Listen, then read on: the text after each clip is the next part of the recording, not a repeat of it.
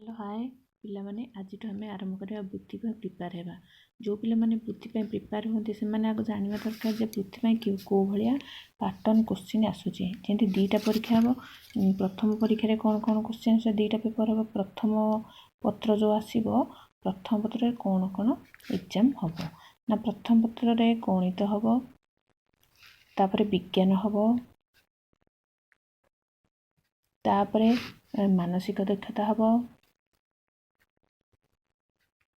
मानसिक दक्षता तापर साधारण ज्ञान ये दीटा पेपर हम प्रथम पत्र जो चार्टाक हम जेपरिक गणित 30 मार्क विज्ञान 30 मार्क मानसिक दक्षता 30 मार्क और साधारण ज्ञान 10 मार्क ये 100 मार्क परीक्षा से द्वितीय पत्र कौन कौन आसो द्वितीय पत्र आसो साहित्य आसो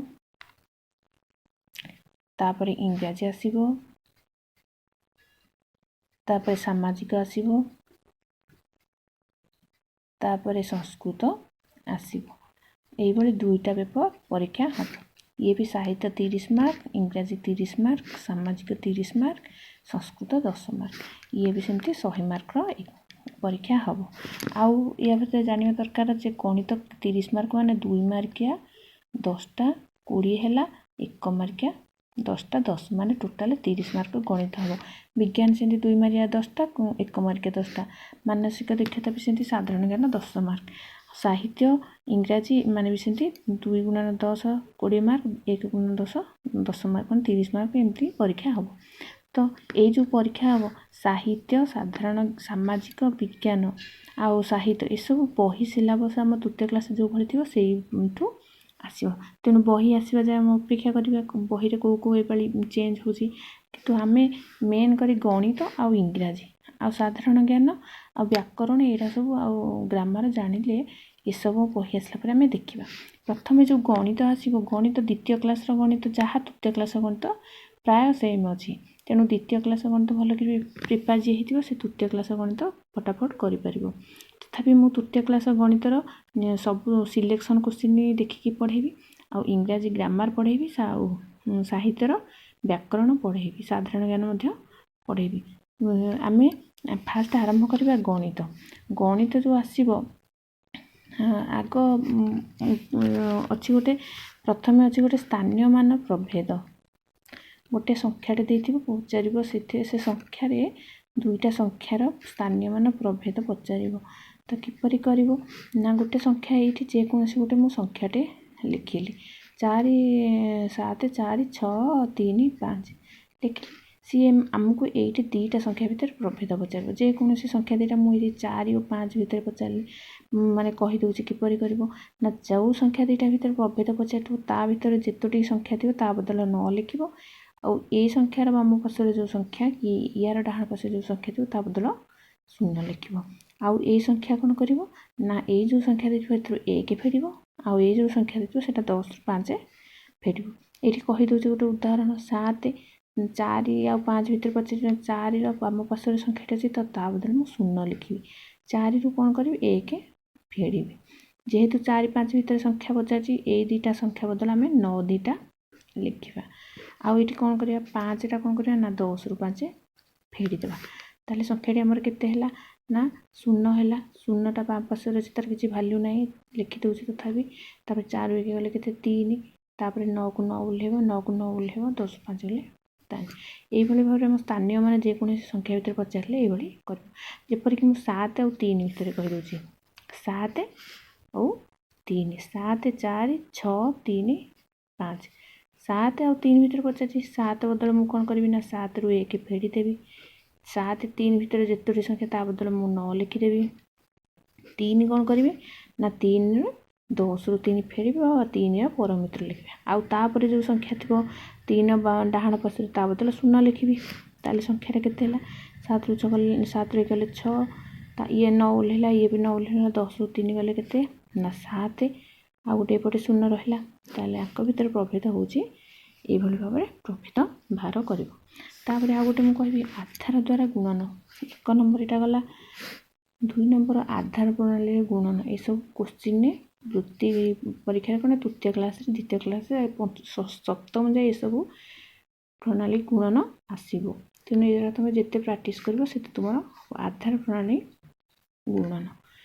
ସର୍ଟରେ ଗୋଟେ ଆଗ କହିଦେଉଛି, ଯେପରିକି ମୁଁ ଏଇଠି ଆଧାର ପ୍ରଣାଳୀ ମାନେ ଦୁଇଟା ସର୍ଟ ମାନେ 8 ଆଉ 9 ଗୁଣିଲି। ତ 8 9 ଇଏ କାହାର ଆଧାର ଆସିବ 10, ମାନେ 1ର ଡାହାଣ ପାଶରେ ଯେତୋଟି ଶୂନ ଥିବ ସେଇଟା ହେଉଛି ତାର ଆଧାର ସଂଖ୍ୟା। ତ 9 8ରେ କେତେ ଗୁଣିବା ନା 8ଟା 10ରୁ 2 କମ୍, 10 ପାଖାପାଖି, ତ 10 ଆଧାର ନେଲି। ତ କେତେ କମ୍ ନା 2 କମ୍, ତ ଫେଡ଼ାଣ 2। ଏଠି 9ରୁ 10ଟା କେତେ, 9ଟା 10ରୁ କେତେ କମ୍ ନା 1 କମ୍, ଫେଡ଼ାଣ 1। ତାପରେ କ'ଣ କରିବି କ୍ରସ୍ ଭାବେ ଫେଡ଼ିଲି, 8ରୁ 1 ଫେଡ଼ିବି ବା 9ରୁ 2 ଫେଡ଼ିବି, ଯେଉଁଟା ଫେଡ଼ିଲେ ଏକ ଉତ୍ତର ବାହାରିବ। ଫେଡ଼ି ଦେଉଛି। ତାପରେ କ'ଣ କରିବ ୟାର ଏକ ଘର ତାର ଏକ ଘର ଖାଲି ଗୁଣି ଦେବ। ତାହେଲେ ଏଇଟା କେତେ ହେଲା 8ରୁ 1 ଗଲେ 7, 9ରୁ 2 ଗଲେ ବି 7, 2 କେ 2। ଏଇଭଳି ଭାବରେ ସର୍ଟରେ ମାନେ ଆଧାର ପ୍ରଣାଳୀ ଗୁଣନ କରିବ।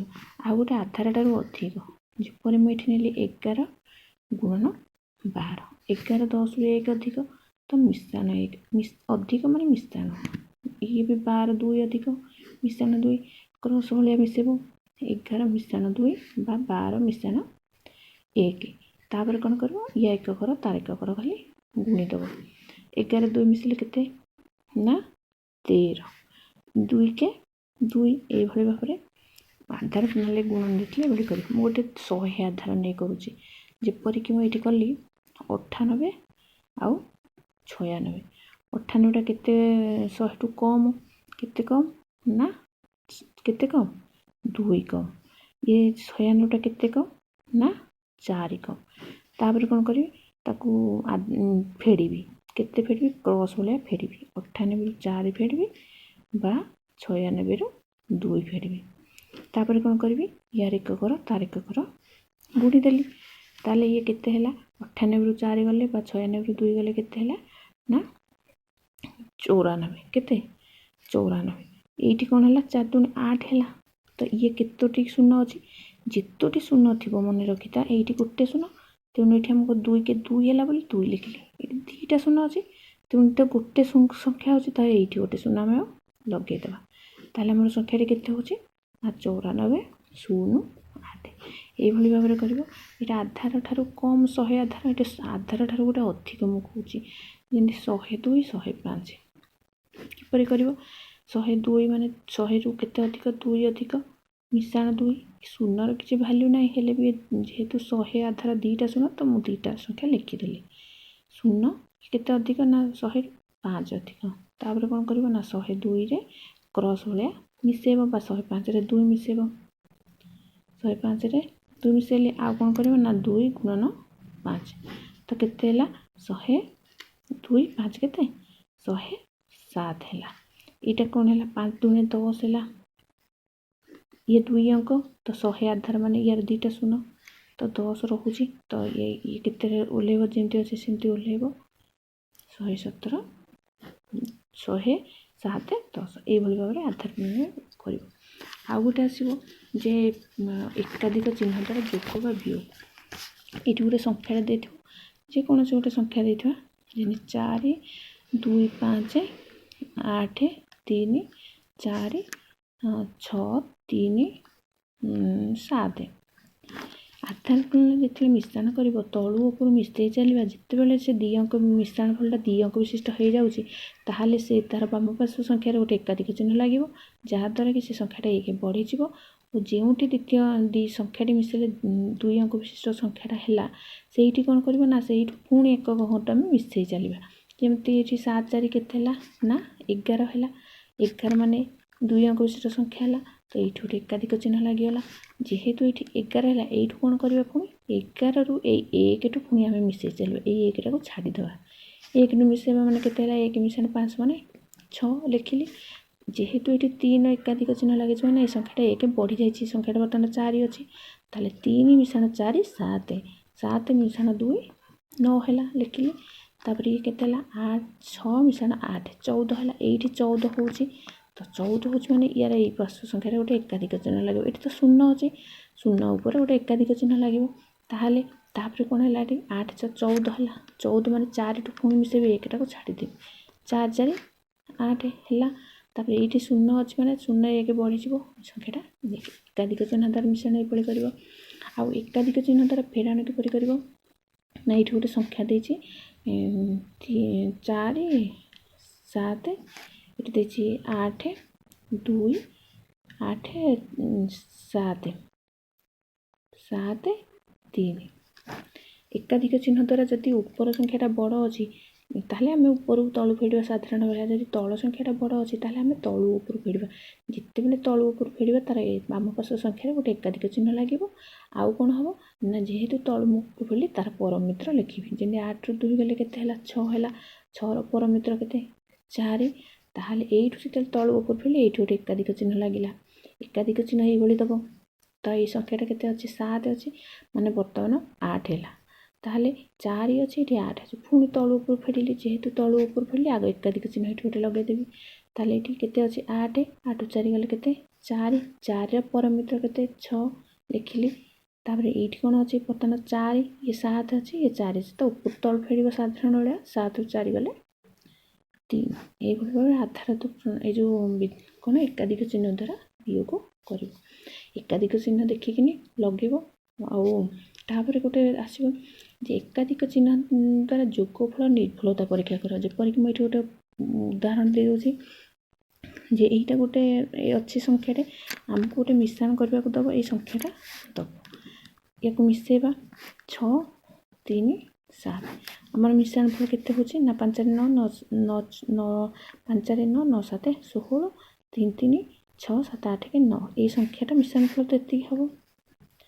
14 44 18 এই ସଂଖ୍ୟାଟା ଯେଉଁ ହେଇଛି ଏଇଟା ମାନେ ଠିକ୍ ଅଛି କି ଭୁଲ ଅଛି ବୀଜାଙ୍ଗ ଦ୍ୱାରା ଆମେ ନିର୍ଭୁଳତା ପରିପ୍ରକାଶ କରିବା।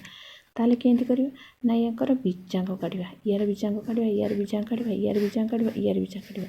ତିନିଟାଙ୍କର ବୀଜାଙ୍ଗର ମିଶ୍ରଣ ଫଳ ଯଦି ୟା ସହିତ ସମାନ ହେଉଛି ତାହେଲେ ଏଇ ମିଶ୍ରଣ ଫଳଟା ଠିକ୍ ଅଛି। କେମିତି କରିବା ନା ମୁଁ ୟାର ବୀଜାଙ୍ଗ କାଢ଼ୁଛି 4 2 5ର ବୀଜାଙ୍ଗ କେତେ ନା ତିନିଟାଙ୍କ ସଂଖ୍ୟା ମିଶାଇବ ଯେପର୍ଯ୍ୟନ୍ତ ମିଶାଇ ଚାଲିଥିବ ଯେପର୍ଯ୍ୟନ୍ତ ଇଏ ଏକବିଷ୍ଟ ସଂଖ୍ୟା ନ ହେଇଛି। ତାହେଲେ ଏଇଠି 4 2 କେତେ ହେଲା 6 6 5 କେତେ ହେଲା 11 11 ହେଲା ମାନେ 2 ଅଙ୍କ ହେଇଯାଉଛି। ପୁଣି ତାକୁ ମିଶାଇ ଦେବି 1 ମିଶ୍ରଣ 1 ମାନେ ତ ୟା ବୀଜାଙ୍ଗ 2 ୟା ବୀଜାଙ୍ଗ କେତେ 8 3 11 11 4 15 15 ହେଲା।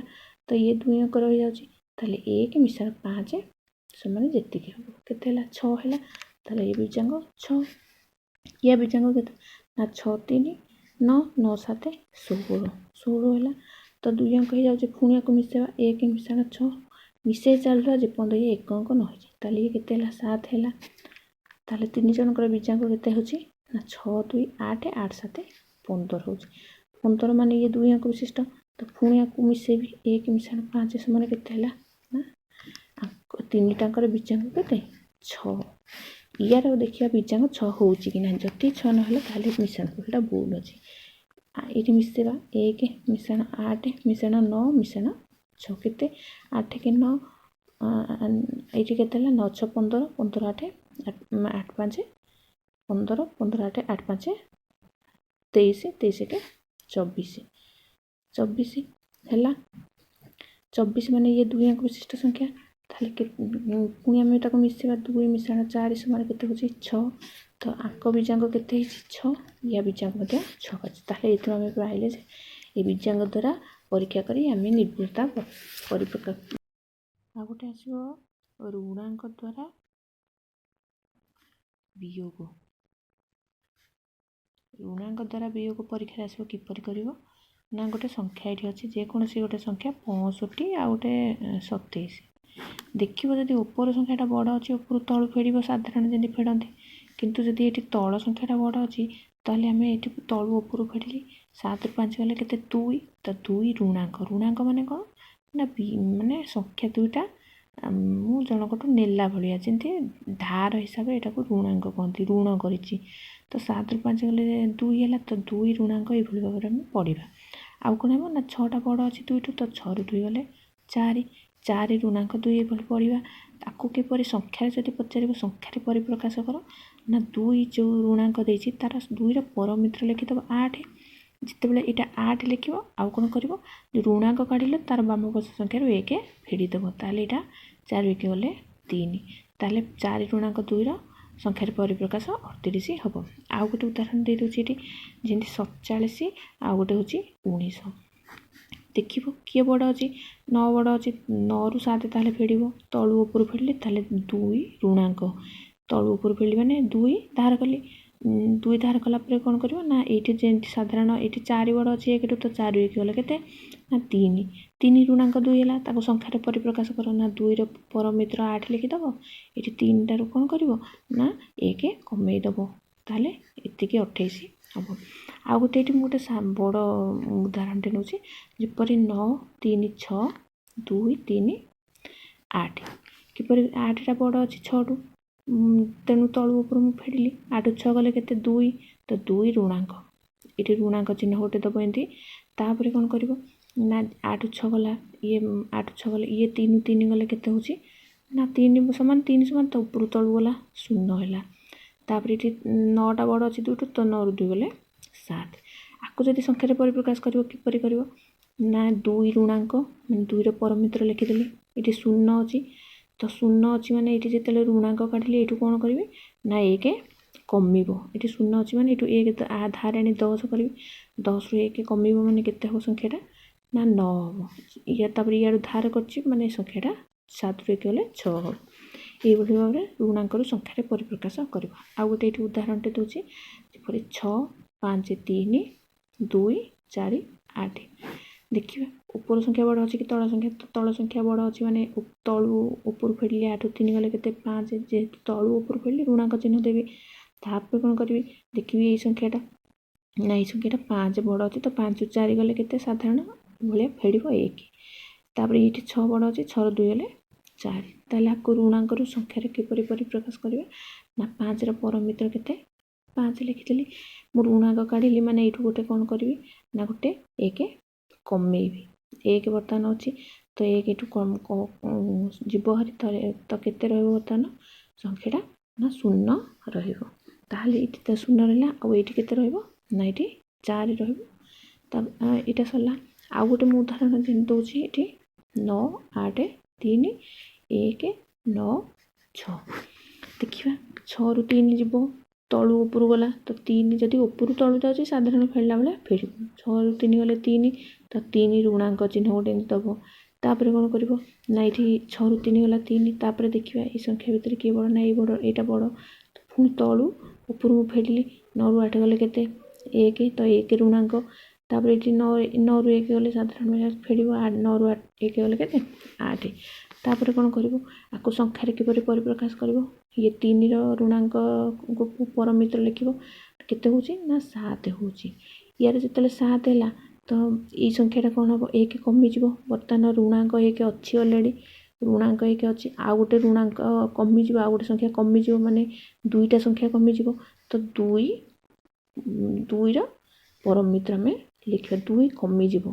ताले ये लिखा ना 2 परमित्र के हम 8 तापर यहाँ के अच्छी ना 1 कमिज ताले ये संख्याटा के हम ना जेहेतु यार ऋणांक काटिले ये संख्याटा 1 कमिज ताले ये 7 हम।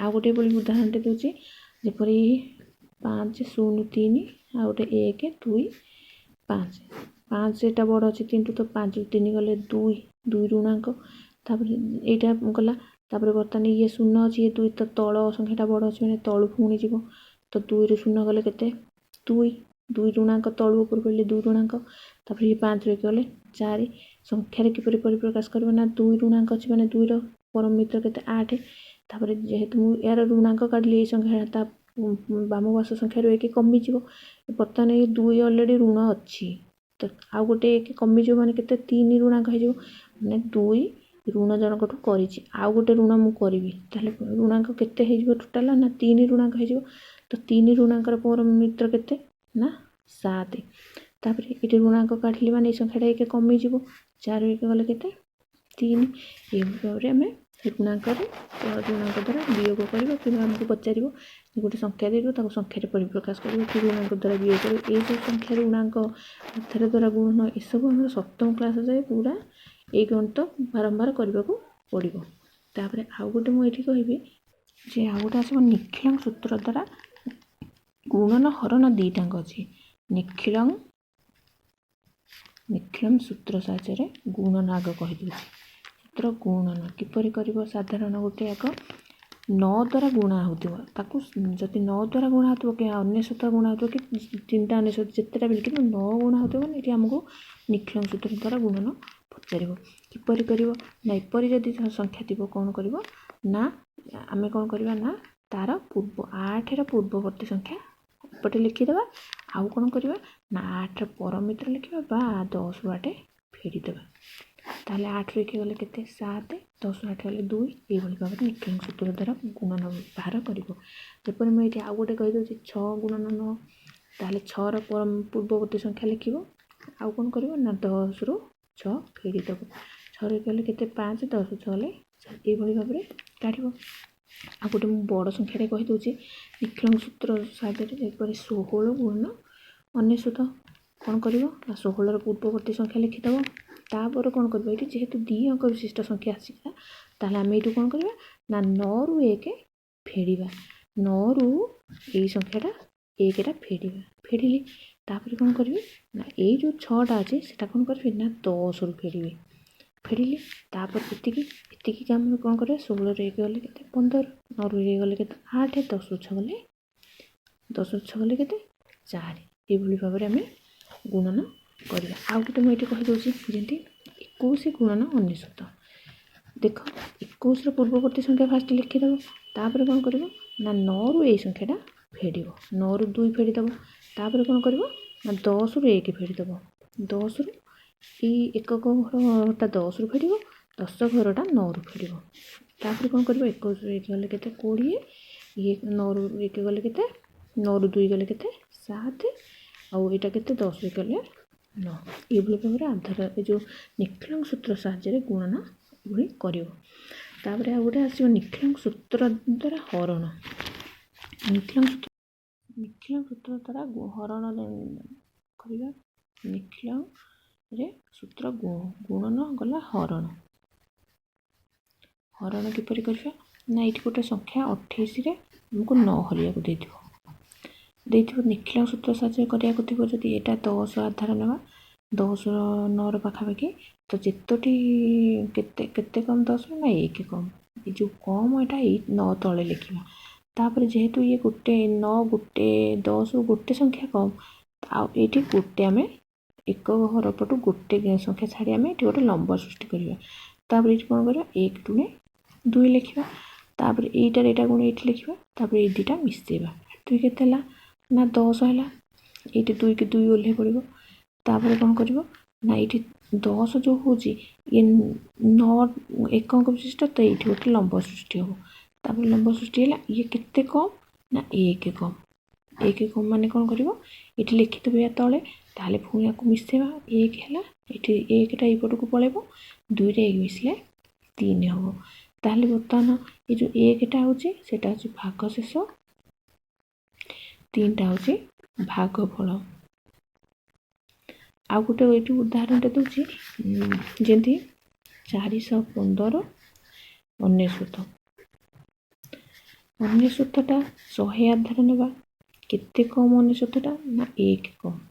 1 କମ୍ ଲେଖିଲି। 2 ଅଙ୍କ 2ଟା ଶୂନ, ତେଣୁ 0 1। ତାପରେ କ'ଣ କରିବ? ଇଏ 2ଟା ନ ମାନେ ଏଇଠି ଗୋଟେ 2ଟା ଏକ ଘର ପଟୁ 2ଟା ସଂଖ୍ୟା ଛାଡ଼ି ଗୋଟେ ଲମ୍ବ ସୃଷ୍ଟି କରିବ। ତାପରେ କ'ଣ କରିବ ନା 0 ଯୋଉ 0, ତାପରେ 1 ଯୋଉ 4। କେତେ ହେଲା ଇଏ ନା ମିଶାଇ ଦେବ। 5 4 9 1 0 19 ମିଶାଇଲା 19 ହେଲା। ଇଏ 4କୁ 4 ଓହ୍ଲେଇଲା। ତାହେଲେ ଏଇଠି କେତେ ଭାଗଶେଷ କେତେ ହେଉଛି ଆମର? ଏଇଟା ହେଉଛି ଭାଗଶେଷ, 4ଟା ହେଉଛି ଭାଗଫଳ। ଆମେ ସାଧାରଣ ହରଣ କଲେ ବି ଆମର ଏଇଭଳି ଉତ୍ତର ବାହାରିବ। ଆଉ ଗୋଟେ ଆସିବ ଯେ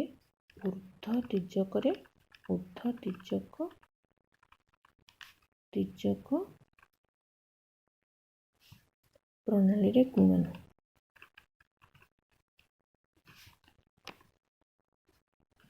ଏଇଠି ଗୋଟେ ଯେକୌଣସି ଗୋଟେ ସଂଖ୍ୟା ଦେଇଥାଉ, 20 18 23 ଯାହା 13 ଗୁଣନ 24 ଯାହା ବି।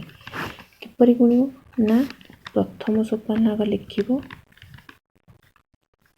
प्रथम सोपान लिखिब कौन करिवो ना यार एक घर तार एक घर गुणिब द्वितीय सोपान क्रॉस भाया गुणिब 1 रे 4 गुणिब तापर 2 रे 3 गुणिब दुईटा मिसई देव तृतीय सोपान यार दशक तार दशक गुणिदेव ये जेकोसी संख्या देते भी आम ये भाव तीनटा सोपान कर दुई टिकिया गुणन ये करवा प्रथम सोपान यार एक घर तार एक घर गुणा 3 चौ के 12 है द्वितीय सोपान कौन करवा